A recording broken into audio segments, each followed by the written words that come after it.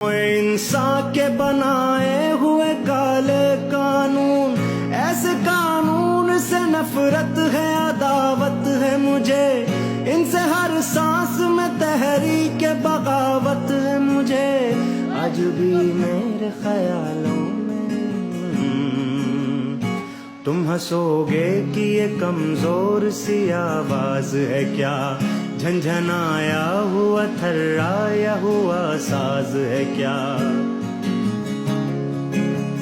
तुम हंसोगे कि ये कमजोर सी आवाज है क्या, झंझनाया हुआ थर्राया हुआ साज है क्या। जिन असीरों के लिए वक्फ है सोने के कफज, उनमें मौजूद अभी ख्वाहिश परवाज है क्या।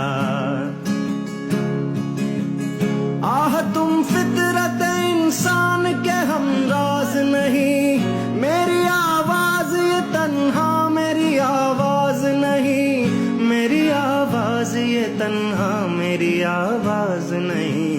तुम हंसोगे कि ये कमजोर सी आवाज है क्या, झंझनाया हुआ थर्राया हुआ साज है क्या।